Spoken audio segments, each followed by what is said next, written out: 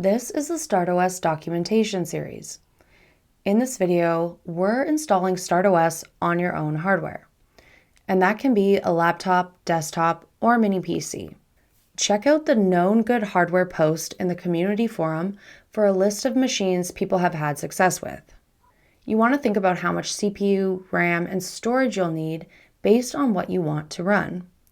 To get started, you're going to need your hardware, a USB drive, and an Ethernet cable to connect your server to your router. Once you have everything you need, head to the GitHub releases page. This page is going to look a little different depending on the current version, but they all have the same structure. Under ISO downloads, you'll see options grouped by architecture. x86-64, also labeled AMD 64. That's most standard PCs. If your machine came with Windows, this is probably you. Arch64, also labeled ARM64. That's for ARM hardware like Silicon Macs. RISC-V 64, and that's for the open source hardware like RISC-V boards. You're also going to see variants. NVIDIA if your hardware has an NVIDIA GPU, and SLIM, the 100% open source software with no proprietary firmware or drivers. If you're not sure, go with the standard build. Verifying is optional, but I'd recommend it. This makes sure the file you've downloaded is legitimate and hasn't been tampered with. On the GitHub releases page, you'll see a list of SHA-256 checksums. What you're going to do is generate a hash from your downloaded file and compare the two. Open your terminal. On Windows, that's PowerShell or Command Prompt. Navigate to wherever your file is downloaded using the cd command. I like to get the name of the file by listing out my folder with ls. Then run the command for your system. And add the file name to the end of it. It's going to spit out a long hash. What I like to do is copy it and paste it into a text file, then paste the hash from the GitHub page right underneath. If they match, you're good.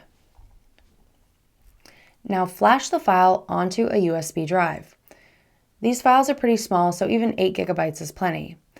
Just know that anything on the USB is going to get completely erased. For flashing, you'll need a tool called Balena Etcher. It's free and it works on Mac, Linux, and Windows. Open it up. Click Select Image and choose the ISO you just downloaded. Click Select Target and pick your USB drive. Hit Flash, enter your device password, and wait. Once it's done, eject the USB.